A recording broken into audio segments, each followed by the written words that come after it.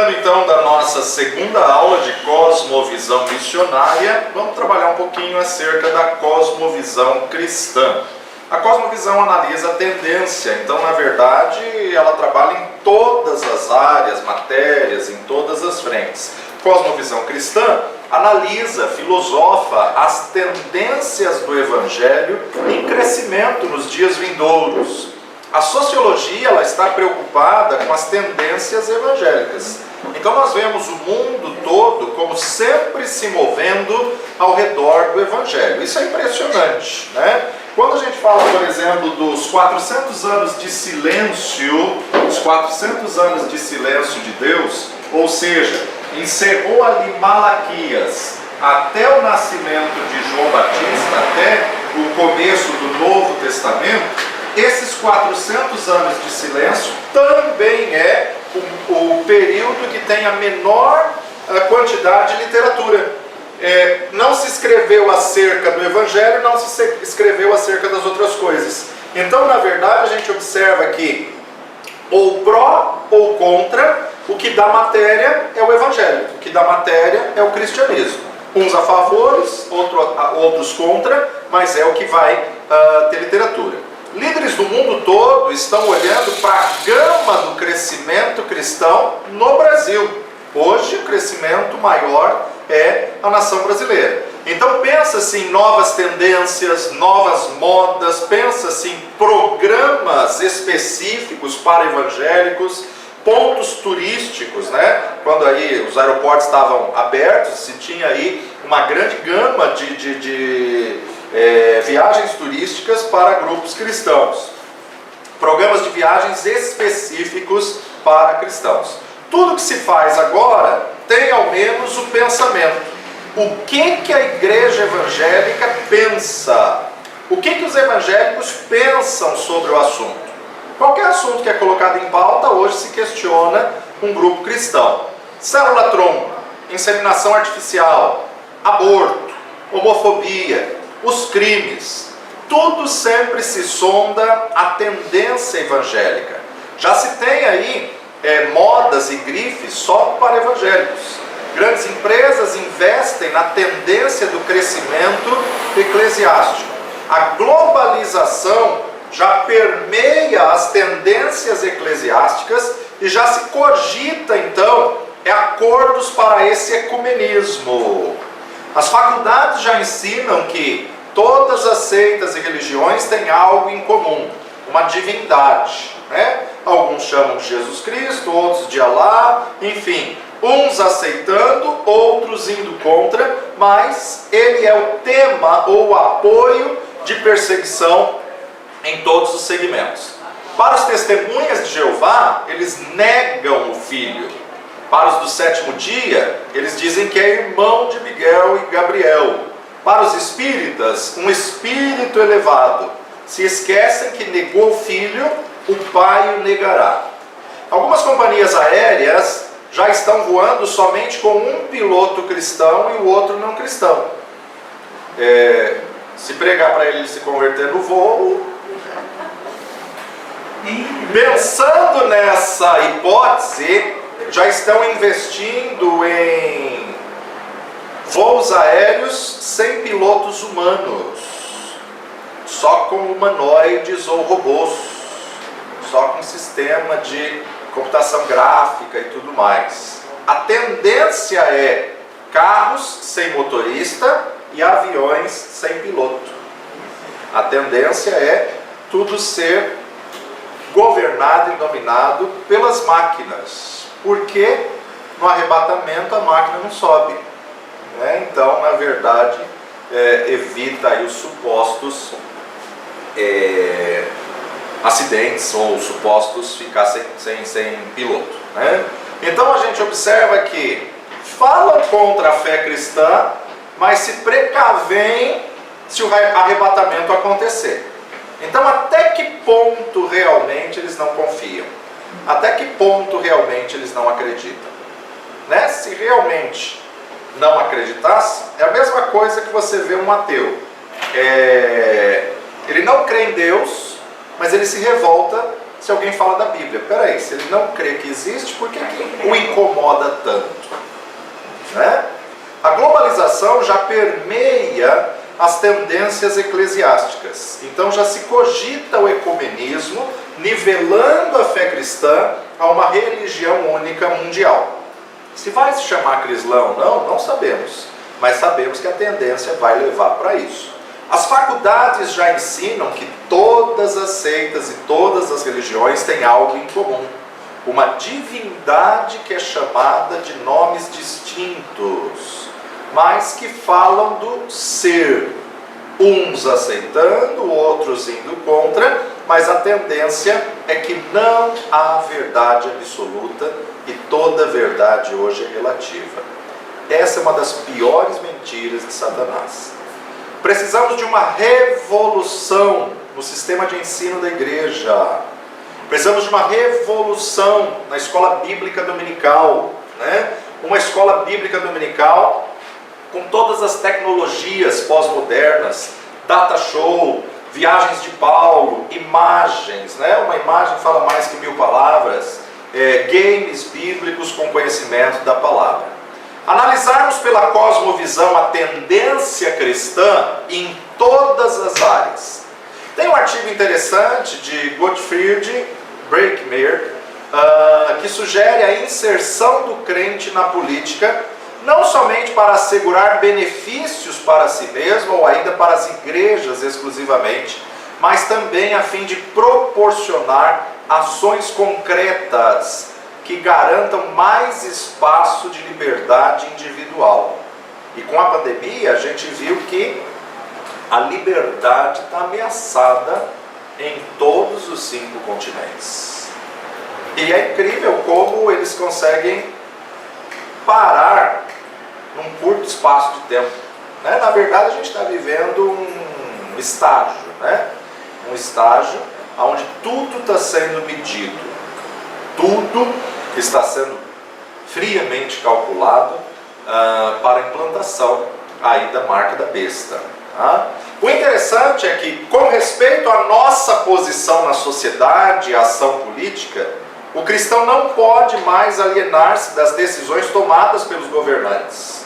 Aliás, nunca se soube tanto da política que nem essa última gestão federal. Nunca se soube nome de tantos ministros como estamos sabendo atualmente. Então você vê aí a gama de informações, de matérias. Aliás, os jornais hoje em dia não tem mais reportagem, né?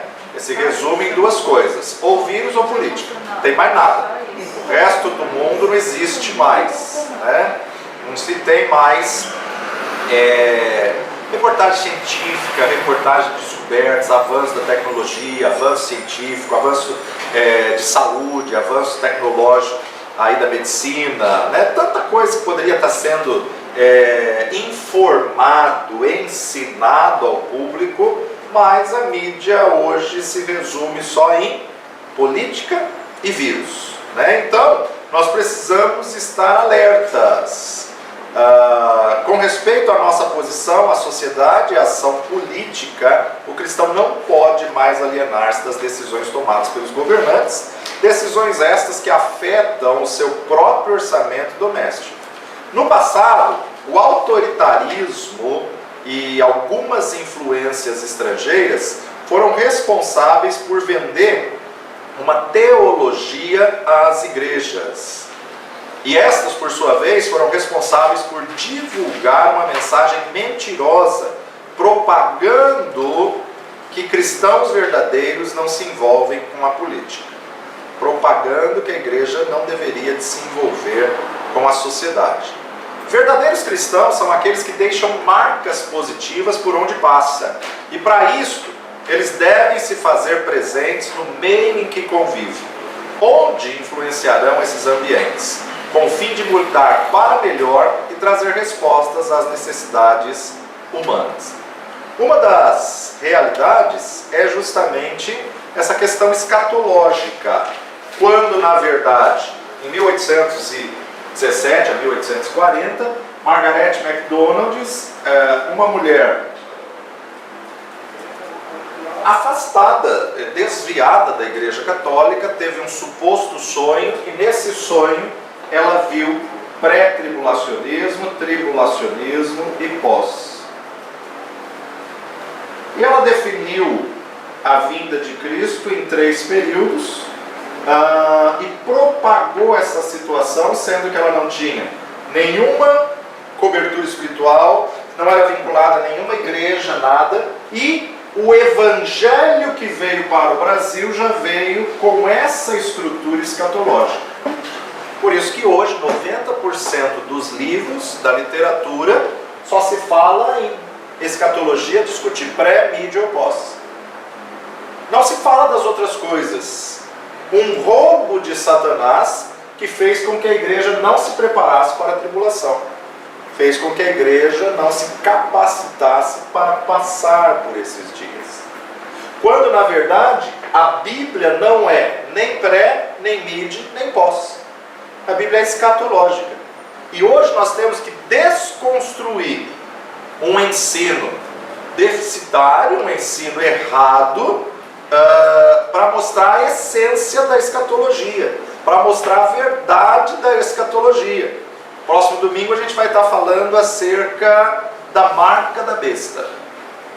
É assustador as revelações que eu vou trazer no domingo, porque a gente está condicionado a uma linha de pensamento que não é bíblica. E como extrair a verdade bíblica? Voltando ao original e entendendo o que verdadeiramente o texto quer dizer. Deixando tudo que interpretaram de escatologia até hoje e voltando à essência da palavra. Peraí, você acredita no arrebatamento antes da tribulação? Me mostra o versículo bíblico. Me dá um versículo bíblico que dá esse respaldo. Não tem. Então, na verdade, não é bíblico. É isso que a gente tem que analisar. É isso que a gente tem que observar. Porque Jesus deixou bem claro, dia e hora ninguém sabe. Ele pode voltar antes? Pode. Mas nós não podemos definir uma linha teológica como sendo bíblica, sendo que nenhuma vai ter respaldo bíblico. Então eu tenho que analisar o texto bíblico puro, sem contaminação e sem interpretação tendenciosa de uma linha teológica. A revista Veja, edição 2059 do ano 41, trouxe uma matéria sobre o planeta tem pressa, pois até os mais incrédulos já concordam que a temperatura da Terra está subindo e o degelo da Antártica é visível. Eles trouxeram essa matéria, trazendo justamente que vai haver a elevação de 2 graus da temperatura da água, como também vai ter aí um crescimento com o degelo, e nesse degelo vai invadir aí as regiões praianas, né? Então a gente observa aí algumas questões que a sociedade se preocupa com a realidade do cataclismo. A cosmovisão na transformação integral de comunidades carentes. A compreensão do cristianismo como um sistema total de vida é fundamental para o nosso engajamento nas questões de desenvolvimento, busca de equidade e justiça social em nosso tempo. Uma das tarefas mais relevantes que a igreja deve ter em nossa geração no Brasil é a busca da aplicação das verdades bíblicas para a área do desenvolvimento social e da erradicação da pobreza. Na tarefa do discipulado da nossa nação, esta é uma questão crucial não resolvida, especialmente em nosso contexto. Uma urgente reflexão teórica que fornece os fundamentos para uma intervenção responsável e totalmente comprometida com os valores cristãos é pré-requisito para ações realmente transformadoras. O Evangelho onde chega, ele transforma. Qual é a solução para o carente, o necessitado, os pobres, os excluídos da sociedade? A conclusão é que, quanto mais a sociedade tem impregnada em si crenças baseadas em princípios contrários à palavra de Deus, mais ela estará em trevas. com a manifestação das consequências na forma de pobreza espiritual e física, injustiça, miséria, fome, discriminação, desesperança, opressão, dor e morte. Por idêntico raciocínio, quanto mais uma cultura se fundamenta na verdade, ou seja, na cosmovisão bíblica, maiores serão as manifestações de justiça, paz, prosperidade, solidariedade, equidade, desenvolvimento e vida. Ou seja, mais ela está próxima do reino de Deus. Isso é fabuloso, né? O que ele está querendo dizer aqui com esse texto? Quando o evangelho chega, ele causa transformação. Tem uma cidade da Guatemala, uma cidade que a gente acompanhou de perto a mudança e a transformação, que era considerada uma das cidades mais violentas, que era considerada uma das cidades mais miseráveis da região da Guatemala. Isso está nos vídeos Transformação. Aliás, eu acho que você encontra até no YouTube, né? Se você jogar lá no YouTube, Transformação, você vai achar esse vídeo da Guatemala. E a transformação na Guatemala foi tão fantástica, impactante. Um grupo de intercessores mundiais se uniram e trouxeram uma unidade nas igrejas da Guatemala, e elas se uniram em clamor por arrependimento e começaram a clamar por remissão da terra, começaram a clamar para que Deus tivesse misericórdia daquela cidade. E os pastores daquela cidade todos se uniram num fim comum, num fim proveitoso. Resumindo a história, em menos de um ano, toda a terra estéril começou a produzir grandes frutos. O vídeo mostra uma senhora colhendo abóbora, e ela pega uma abóbora desse tamanho, ela carrega a abóbora, ela fala: Deus sarou a nossa terra. E menos de um ano, a criminalidade, que era uma das maiores do país, se tornou a menor naquela cidade. De repente, os bares começaram a fechar, os pontos de droga não tinham mais, não se tinha mais ladrão, não tinha mais ocorrências policiais, e de repente não se vendia mais cigarro, não se vendia mais bebida, e Deus foi transformando a cidade. Hoje é uma das cidades mais prósperas da Guatemala. Então eles mostram literalmente que é possível transformar uma região quando o evangelho chega e quando a igreja em unidade abraça a causa. É um vídeo fabuloso, sensacional, que mostra aí a transformação do evangelho na Guatemala. É o sistema de crenças, a cosmovisão, que determina as questões fundamentais da vida e atua nos valores pessoais dos líderes de um programa e nos valores culturais de uma organização. Esses valores, por sua vez, definem os critérios, os alvos, as ideias e o ambiente de trabalho. Precisamos desenvolver o processo de substituição das estruturas dos pensamentos caídos para a estrutura do pensamento de Deus. Isto é, o caminho da transformação. E isso só acontece renovando a mente pela palavra, renovando a mente através do conhecimento da palavra de Deus. Romanos 12. Rogo-vos, pois, irmãos, pela compaixão de Deus, que apresenteis o vosso corpo em sacrifício vivo, santo e agradável, que é o vosso culto racional. Racionalidade. Somos um espírito, possuímos uma alma e moramos num corpo. A alma, intelecto, racional. Intelecto, vontade e emoções. E não vos conformeis, ou seja, não tomeis a forma da forma. Não vos conformeis com este mundo, mas transformai-vos pela renovação do vosso entendimento, para que experimenteis qual seja boa, agradável e perfeita vontade de Deus. Eu só posso experimentar a boa, perfeita e agradável vontade de Deus se eu transformar a minha mente, e eu só mudo a minha mente pelo conhecimento da verdade da palavra. A palavra é fascinante.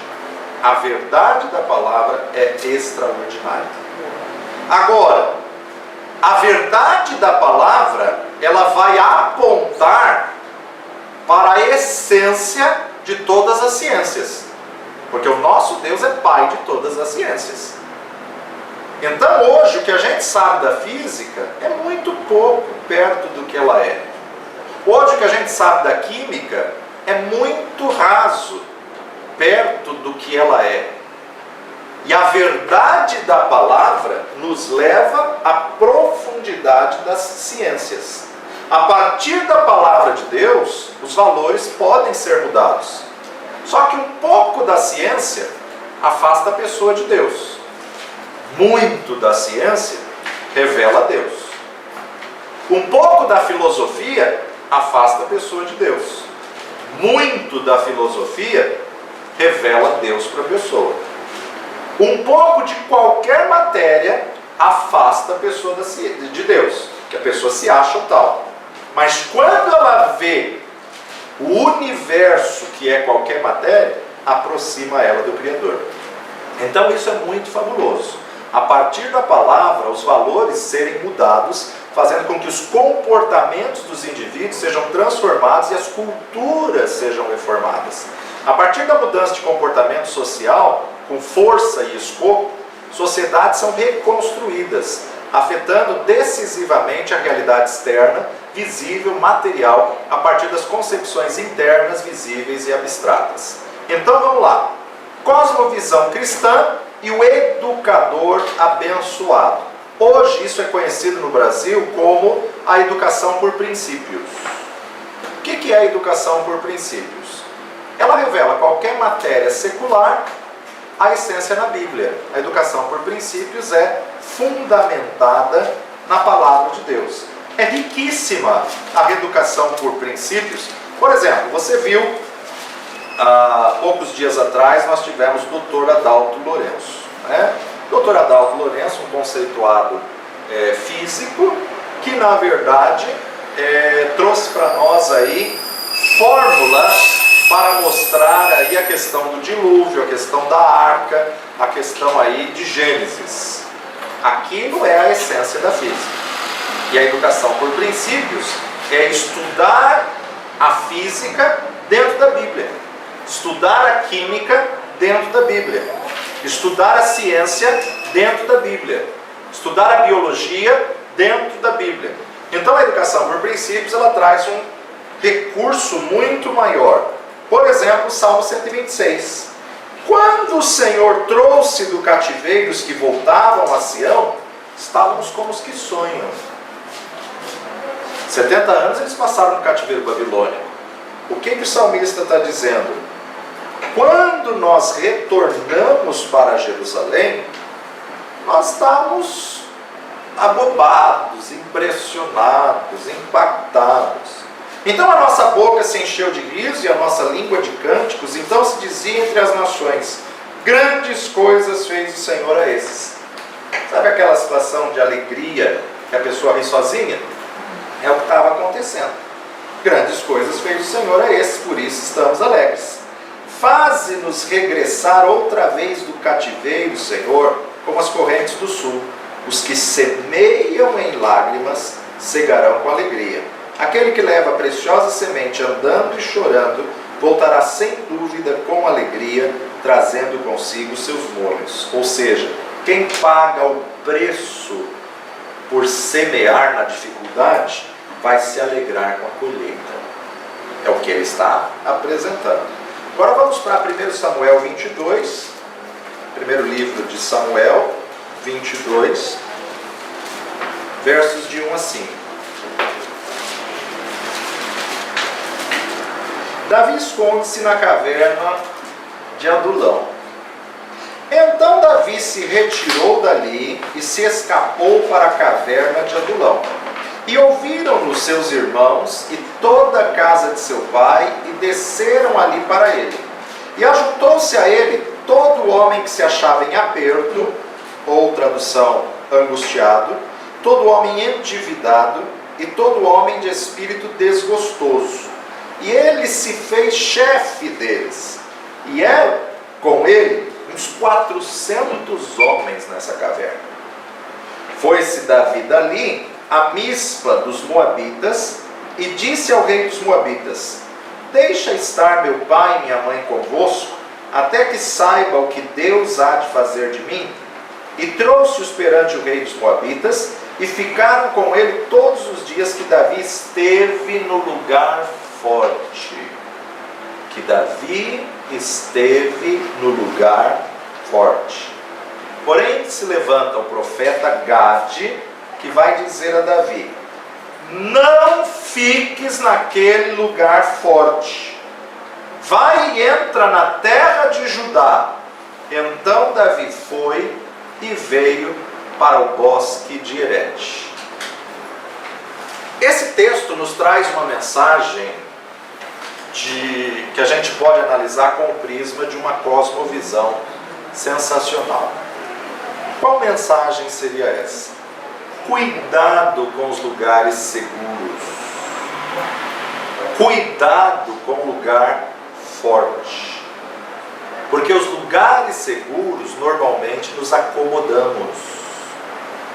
Os lugares seguros normalmente nos adequamos e não vamos conquistar, não vamos lutar e não vamos alcançar o que Deus quer. As gerações que mais cresceram e mais desenvolveram são as gerações que são colocadas sob pressão. São as gerações que são colocadas sobre desafios. Porque normalmente aquilo que se tem sem conquista, sem luta, não se valoriza. Por isso que a gente observa hoje um resumo da sociedade. É uma geração guerreira, uma geração acomodada. Uma geração guerreira, uma geração acomodada. Uma guerreira, uma acomodada. Um erro dos pais é: eu não quero que meu filho passe o que eu passei. Quero poupá-lo das dificuldades que eu passei. Só que dependendo do que você os poupa, você forma uma geração acomodada. Cuidado com os lugares fortes. Lugares seguros nos acomodam.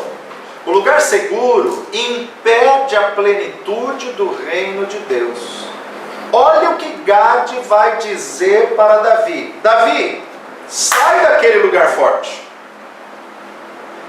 Sai daquele lugar seguro. Onde está Saul? Saul está em Jerusalém, capital de Judá. Então vai para Judá. Mas o rei quer me matar. Vai para Judá.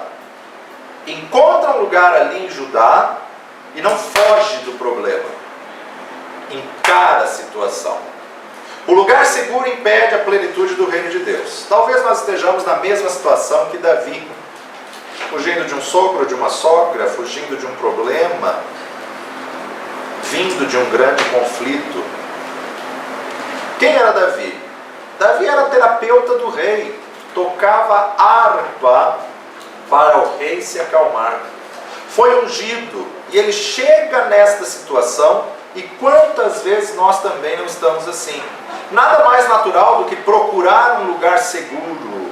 É a nossa tendência, é o nosso instinto humano de preservação. Só que o problema é que os lugares seguros nos afastam do reino. Os lugares seguros impedem a plenitude do reino de Deus para a nossa vida. Deus tirou Davi do pasto para o trono. Se Davi ficasse em Moabe, ele seria impedido de conquistar a plenitude do chamado de Deus para a vida dele. Nós poderíamos discorrer sobre alguns desses lugares seguros, mas vamos falar de um só: a segurança do saber. A segurança do saber. Responde todas as perguntas.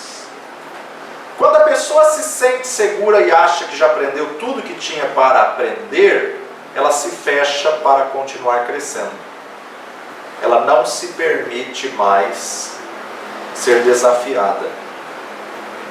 Quando ela está na segurança do saber, ela não tem mais inquietações. Infelizmente, muitos líderes religiosos faz 4 anos de faculdade teológica e nunca mais senta para aprender. Eu já sei. Eu já fiz teologia. Quanto tempo atrás? Há 40 anos atrás. Nesses 40 anos não fez uma reciclagem, não estudou, não leu mais livro, não buscou conhecimento, não viu que os tempos mudaram. Ou seja, o saber dele está ultrapassado. Moisés tinha consciência disso. Ele ficou 40 anos em Midian. Quando Deus fala com ele de uma sarça, aquilo que ele mais queria: tira o meu povo do Egito. Agora, Senhor, agora eu não sei mais nada. Eu estou 40 anos sem estudo. Eu estou 40 anos fora das universidades do Egito. Eu estou 40 anos sem saber o que está acontecendo lá. Ninguém passou um WhatsApp para mim. Eu estou 40 anos, não sei nem que faraó que está lá, não sei falar, sou pesado de língua. Vai porque teu irmão vai falar por você. Então a gente observa que Moisés não sofreu da segurança do saber. Ele reconheceu: estou com o ensinamento defasado. Interessante que Moisés não se acomodou no deserto. Quando a pessoa se acomoda na segurança do saber, não tem mais situação que dê um frio na barriga, que rompe-se as dificuldades do não sei. Porque muitos não sabem, mas inventam. Querem demonstrar que sabem o que não conhecem. A cosmovisão nos desafia a sair do nosso lugar seguro e a ir para o vale do bosque de Herete. Porque no meio da perseguição e angústia, o Senhor vai te treinar para o reino. Pandemia não é o fim. Deus vai te ensinar a sobreviver, a superar e a vencer em meio ao caos.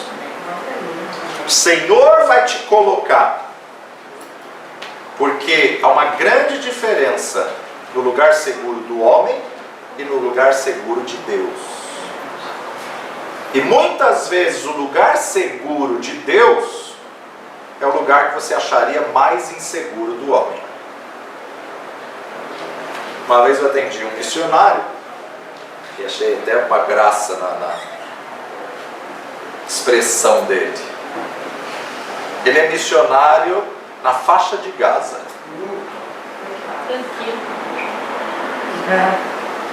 E veio, depois de 5 ou 6 anos, veio passar férias no Brasil e ficou num apartamento aqui, em Santo André, nos Jardins.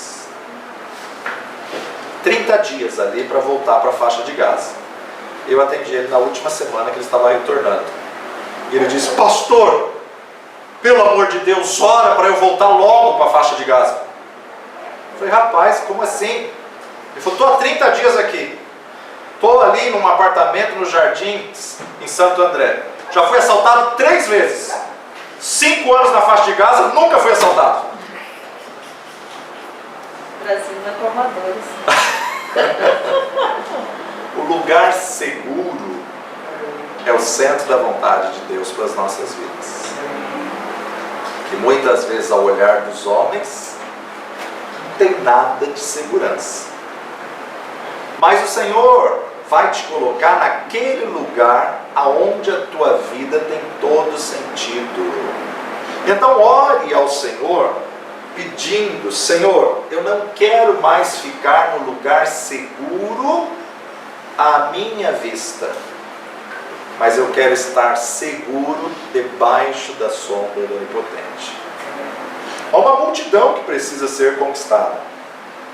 Há um reino que é meu. E eu não vou ficar no lugar seguro que vai me impedir de chegar onde Deus quer. Então nós não podemos nos acomodar com o que é bom, porque Deus tem o excelente para as nossas vidas e não podemos nos acovardar. O maior inimigo do excelente é o bom. Temos que sair do lugar seguro e voltar para o bosque de Herete. O que é mais importante? ter ou ser? Será que os nossos filhos precisam desejar ser uma televisão?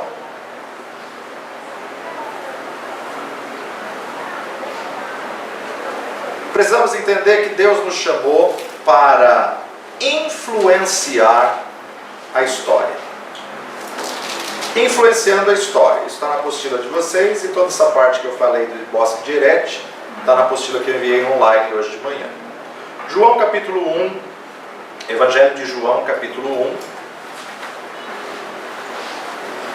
Vamos analisar esse trecho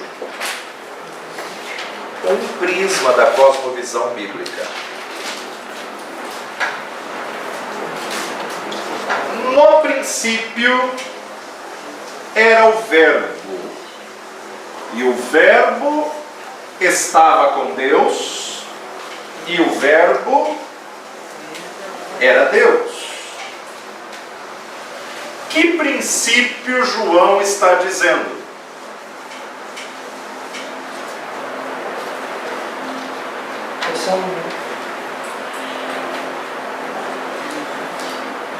Eternidade passada. Que princípio é esse? Princípio antes de Gênesis 1. Antes. Deus é de eternidade a eternidade. Ele é Deus. No princípio, lá atrás, antes de Gênesis 1, bem no comecinho de todas as coisas, já era o Verbo. O que é verbo no original? Novos. Verbo é palavra em ação, que é da onde vai vir o gerúndio. No princípio era o Logos, o Verbo de Deus, a vontade plena de Deus. Da onde sai a palavra? Da boca, que procede do coração. Está acompanhando a linha de raciocínio? Então, o que João está nos ensinando através da cosmovisão? Tudo que Deus criou, Ele tirou de dentro de si mesmo. Tudo que Deus criou saiu do coração de Deus. Um dos atributos de Deus é que Ele é criador. A diferença é que Ele é o único que cria do nada.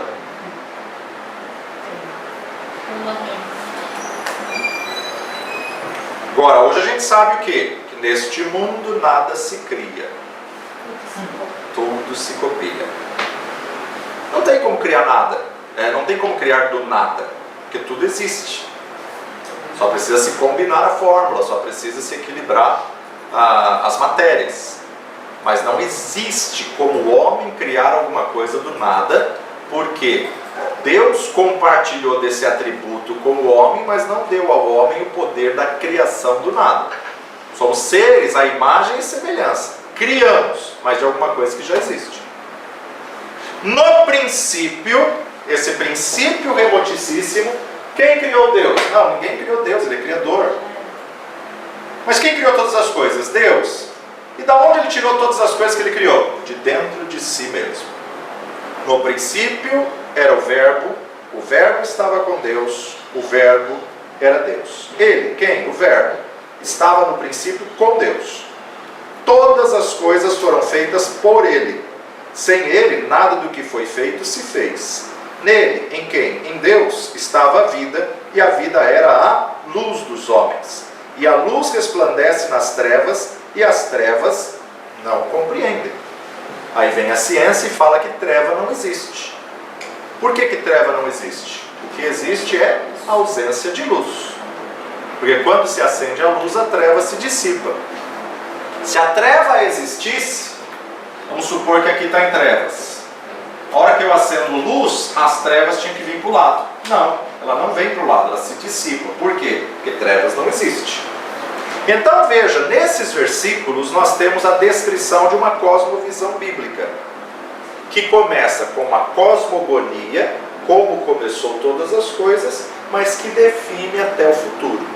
Que a próxima geração precisa de uma cosmovisão, porque a próxima geração é o futuro do Brasil. É imperativo que eles tenham uma informação mais sólida dos conceitos e da ciência de cada disciplina.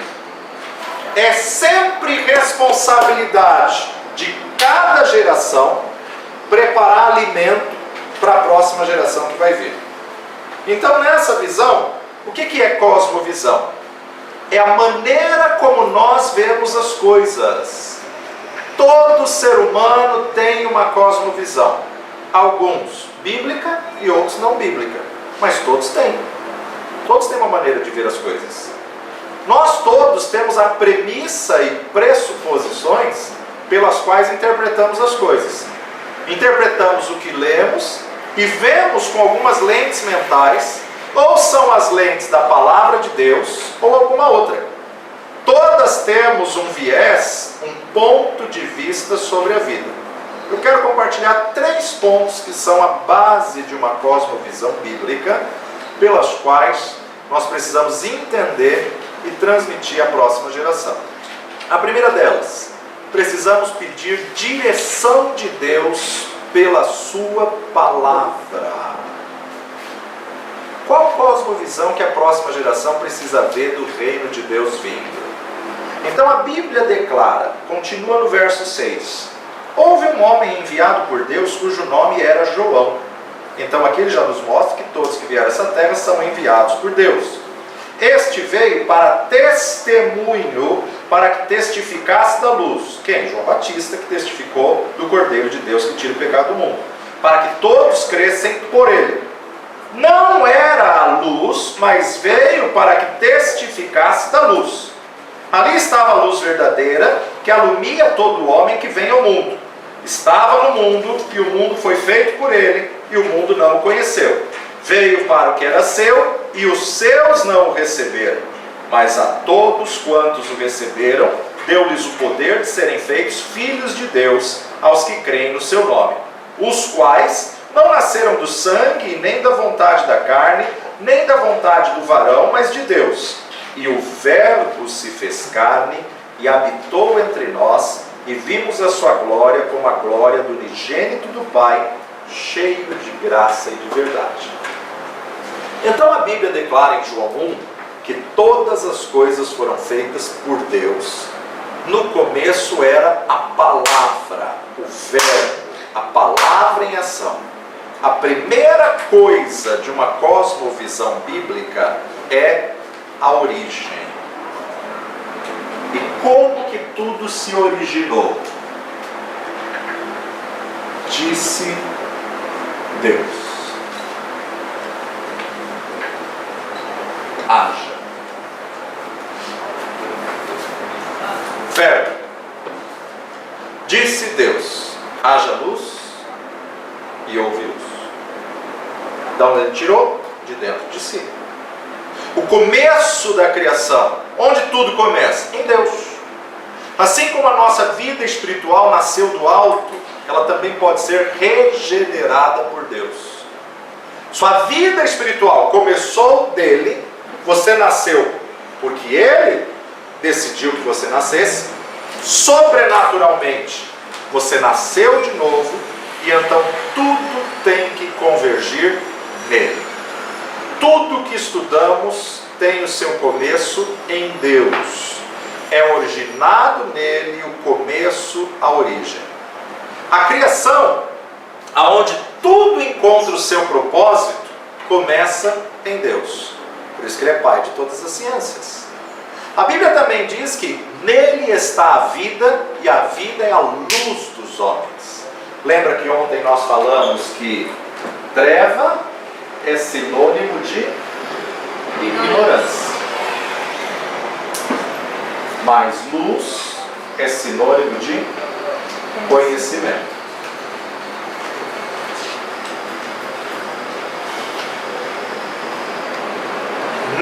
está a vida. Ele é a luz. Por isso que ele é o caminho, a verdade e a vida.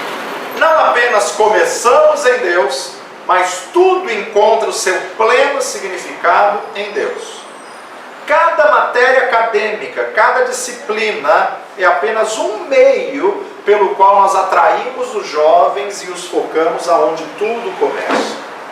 Como são mantidos junto com o sentido, porque tudo está nele, tudo começa nele e são mantidos nele com sentido. Então as Escrituras continuam dizendo que a luz que nós brilhamos em Cristo é a luz dos homens. Expulsa, dissipa as trevas têm que fugir. A luz sempre conquista a treva.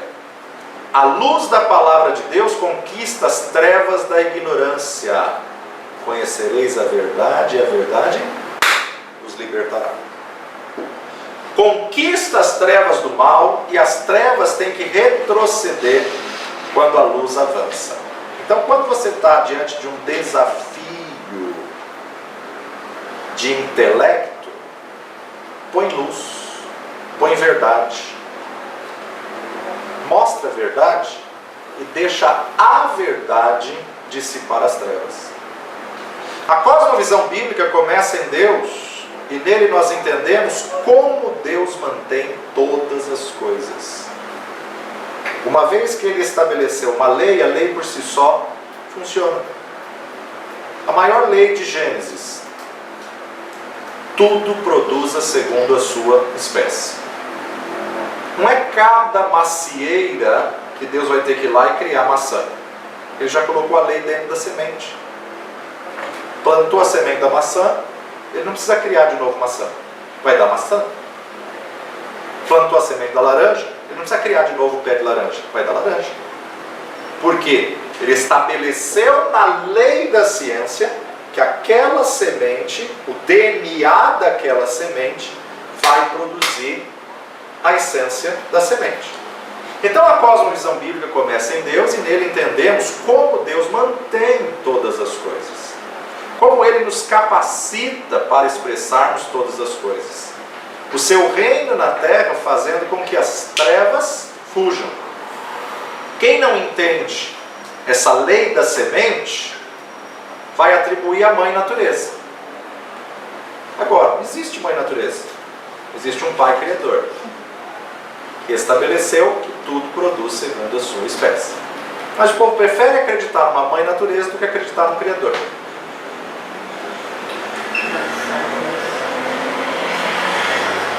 Segundo, precisamos entender que o Brasil estava no coração de Deus.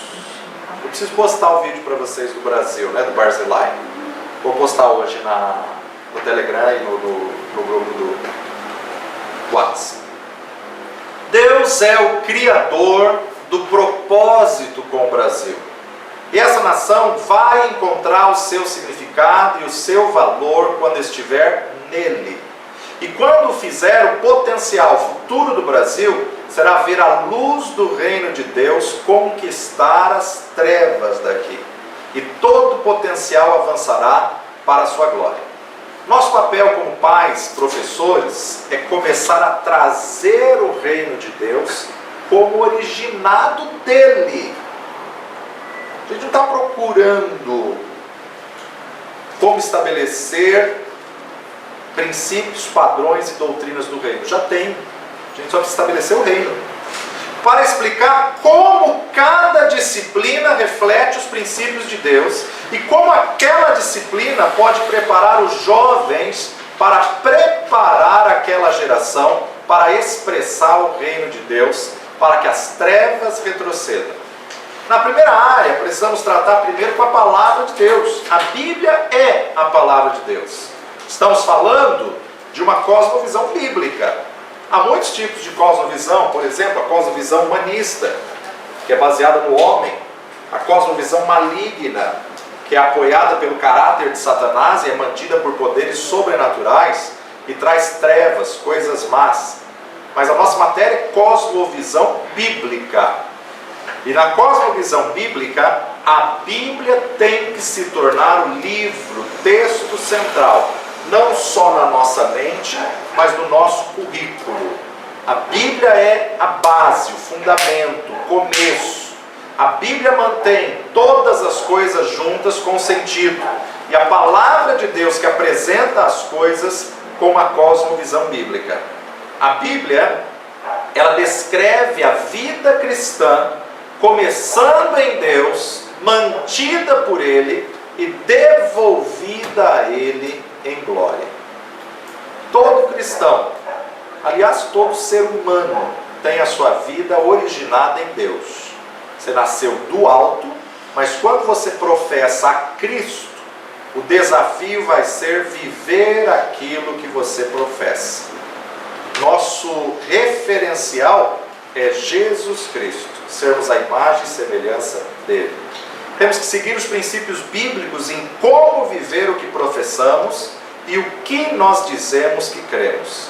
Finalmente, o nosso propósito é dar glória a Deus e dar a Ele louvor. Isso é a vida cristã.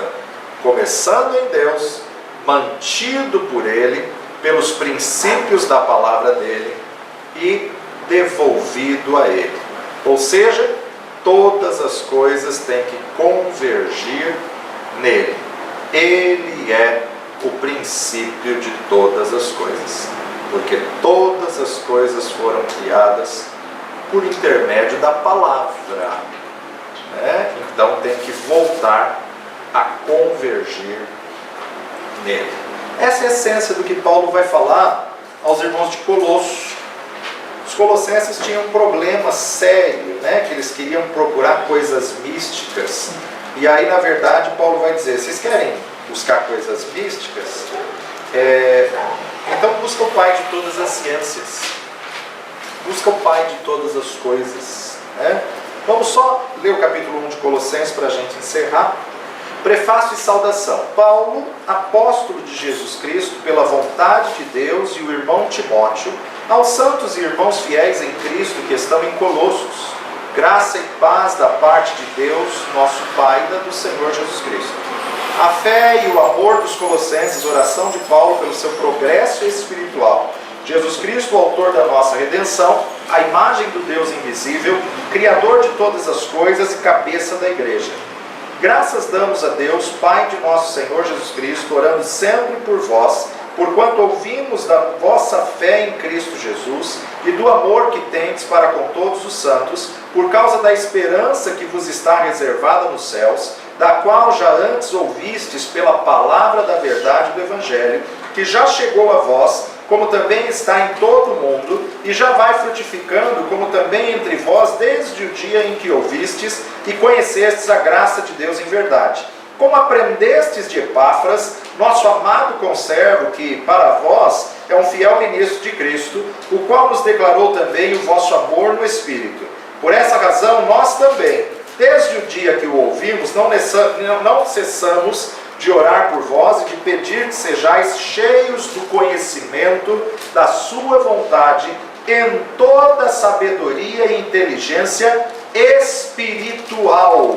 Veja que ele está dizendo: existe uma inteligência que transcende a inteligência espiritual, para que possais andar dignamente diante do Senhor, agradando-lhe em tudo, frutificando em toda boa obra e crescendo no conhecimento de Deus, corroborados em toda a fortaleza e segundo a força da sua glória, em toda paciência e longanimidade com gozo, dando graças ao Pai que nos fez idôneos para participar da herança dos santos na luz. Ele nos tirou da potestade das trevas e nos transportou para o reino do Filho do seu amor, em quem temos a redenção pelo seu sangue, a saber, a remissão dos pecados, o qual é a imagem do Deus invisível, primogênito de toda a criação, porque nele foram criadas todas as coisas que há nos céus e na terra, visíveis e invisíveis, sejam tronos, sejam dominações, sejam principados, sejam potestades. Tudo foi criado por Ele e para Ele. E Ele é antes de todas as coisas, e todas as coisas subsistem por Ele. E Ele é a cabeça do corpo da igreja e o princípio, o primogênito dentre os mortos, para que em tudo tenha preeminência. Porque foi do agrado do Pai que toda a plenitude nele habitasse, e que, havendo por ele feito a paz pelo sangue da sua cruz, por meio dele reconciliasse consigo mesmo todas as coisas, tanto as que estão na terra como as que estão nos céus. A vós também, que noutro tempo erais estranhos e inimigos no entendimento, pelas vossas obras más, agora contudo vos reconciliou no corpo da sua carne, pela morte, para que perante ele vos apresentar santos e irrepreensíveis e inculpáveis, se na verdade permanecerdes fundados e firmes na fé, e não vos moverdes da esperança do evangelho que tendes ouvido, o qual foi pregado a toda criatura que há embaixo no céu, e do qual eu, Paulo, estou feito ministro. O trabalho e os combates de Paulo no seu ministério. Regozijo-me agora no que padeço por vós, e na minha carne cumpro o resto das aflições de Cristo, pelo seu corpo que é a igreja, da qual eu estou feito ministro segundo a dispensação de Deus, que me foi concedida para convosco, para cumprir a palavra de Deus. O mistério que esteve oculto desde todos os séculos e em todas as gerações, e que agora foi manifesto a seus santos, aos quais Deus quis conhecer quais as riquezas da glória desse mistério entre os gentios, nós, que é Cristo em vós, a esperança da glória.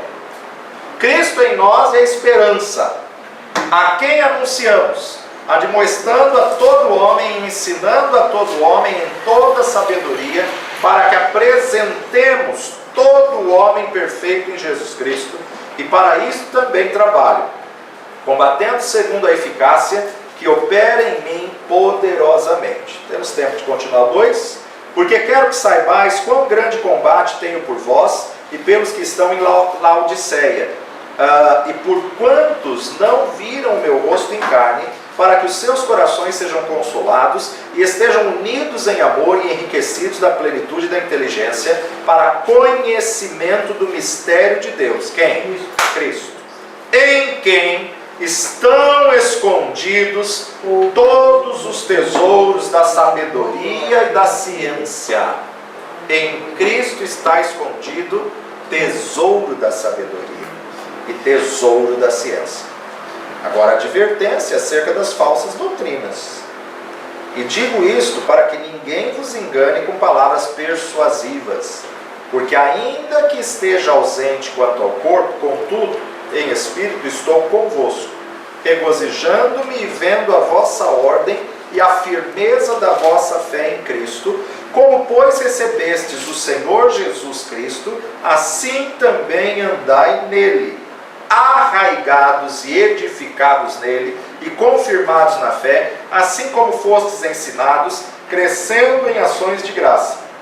Tende cuidado para que ninguém vos faça presa sua, por meio de filosofias e vãs sutilezas, segundo a tradição dos homens, segundo os rudimentos do mundo, e não segundo Cristo, porque nele habita corporalmente toda a plenitude da divindade, e estáis perfeitos nele, que é a cabeça de todo principado e potestade, no qual também estáis circuncidados com a circuncisão não feita por mão no despojo do corpo da carne, a circuncisão de Cristo, sepultados com ele no batismo, nele também ressuscitastes pela fé no poder de Deus que o ressuscitou dos mortos. E quando vós estáveis mortos nos pecados e na incircuncisão da vossa carne, vos vivificou juntamente com ele, perdoando-vos todas as ofensas, havendo riscado a cédula que era contra nós nas suas ordenanças, a qual de alguma maneira nos era contrária, e a tirou do meio de nós, cravando-a na cruz. E despojando os principados e potestades, os expôs publicamente, e deles triunfou em si mesmo. Portanto, ninguém vos julgue pelo comer ou pelo beber, ou por causa dos dias de festa, ou da lua nova, ou dos sábados, que são sombras das coisas futuras, mas o corpo é de Cristo. Ninguém vos domine a seu bel prazer, com pretexto de humildade e culto dos anjos, metendo-se em coisas que não viu, estando de balde inchado na sua carnal compreensão, e não ligado à cabeça, do qual todo o corpo, provido e organizado pelas juntas e ligaduras, vai crescendo em aumento de Deus.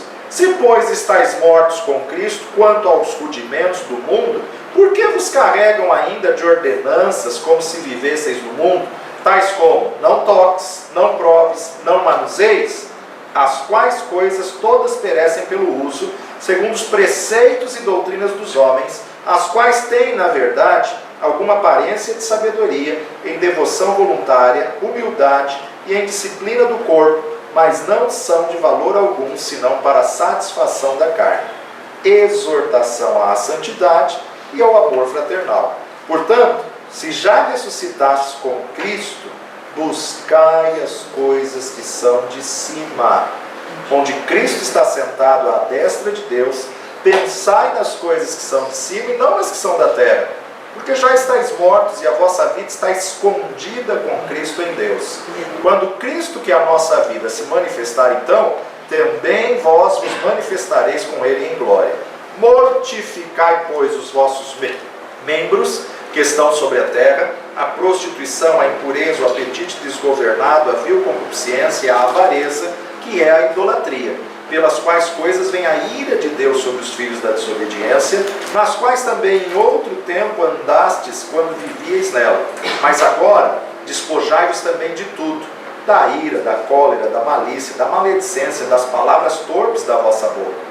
Não mintais uns aos outros, pois que já vos despistes do velho homem com seus feitos, e vos vestistes do novo, que se renova para o conhecimento segundo a imagem daquele que o criou, onde não há grego, nem judeu, circuncisão, nem incircuncisão, bárbaro, cita, servo ou livre, mas Cristo é tudo em todos. Revesti-vos, pois, como eleitos de Deus, santos e amados de entranhas, de misericórdias, de benignidade, humildade, mansidão, longanimidade, suportando-vos uns aos outros e perdoando-vos uns aos outros, se alguém tiver queixa contra o outro, assim como Cristo vos perdoou, assim fazei vós também. E sobre tudo isto, revesti-vos de amor, que é o vínculo da perfeição, e a paz de Deus, para a qual também fostes chamados em um corpo, domine em vossos corações e sede agradecidos. A palavra de Cristo habite em vós abundantemente, em toda sabedoria, ensinando-vos e admoestando-vos uns aos outros, com salmos, hinos e cânticos espirituais, cantando ao Senhor com graça em vosso coração. E quando fizerdes por palavras ou por obras, fazei tudo em nome do Senhor Jesus, dando por Ele graças a Deus Pai. Os deveres domésticos. Vós, mulheres, estáis sujeitos a vosso próprio marido, como convém no Senhor. E vós, maridos, amai a vossa mulher e não vos irriteis contra ela. Vós, filhos, obedecei em tudo a vossos pais, porque isto é agradável ao Senhor. Vós, pais, não irriteis a vossos filhos, para que não percam o ânimo. Vós, servos, obedecei em tudo a vosso Senhor, segundo a carne, não servindo só na aparência, como para agradar aos homens, mas em simplicidade de coração, temendo a Deus. Tudo quanto fizerdes, fazei-o de todo o coração como ao Senhor, e não aos homens, sabendo que recebereis do Senhor o galardão da herança, porque a Cristo, o Senhor, servis. Mas quem fizer agravo, receberá o agravo que fizer, pois não há acepção de pessoas. Vós, senhores, fazei o que for de justiça e equidade a vossos servos, sabendo que também tendes um Senhor nos céus. Exortação à oração e à sabedoria. Perseverai em oração, velando nela com ações de graça, orando também juntamente por nós, para que Deus nos abra a porta da palavra, a fim de falarmos do mistério de Cristo, pelo qual estou também preso, para que o manifeste como me convém falar. Andai com sabedoria para com os que estão de fora, remindo o tempo. A vossa palavra seja sempre agradável, temperada com sal, para que saibais como vos convém responder a cada um. Tíquico e Onésimo são enviados aos Colossenses. Saudações finais. Tíquico, irmão amado e fiel ministro e conservo no Senhor, vos fará saber o meu estado, o qual vos enviei para o mesmo fim, para que saiba do vosso estado e console o vosso coração. Juntamente com Onésimo, amado e fiel irmão, que é dos vossos, eles vos farão saber tudo o que por aqui se passa. Aristarco, que está preso comigo, vos saúda, e Marcos, o sobrinho de Barnabé, acerca do qual já recebestes mandamentos, se ele for ter convosco, recebei-o. E Jesus, chamado Justo, os quais são da circuncisão, São estes unicamente os meus cooperadores no reino de Deus, e para mim tem sido consolação. Saúda-vos Epáfras, que é dos vossos, servo de Cristo, combatendo sempre por vós em orações, para que vos conserveis firmes, perfeitos e consumados em toda a vontade de Deus. Pois eu lhe dou testemunho de que tem grande zelo por vós, e pelos que estão em Laodiceia, e pelos que estão em Hierápolis. Saúda-vos Lucas, o médico amado, e Demas. Saudai aos irmãos que estão em Laodiceia, e a Ninfa, e à igreja que está em sua casa.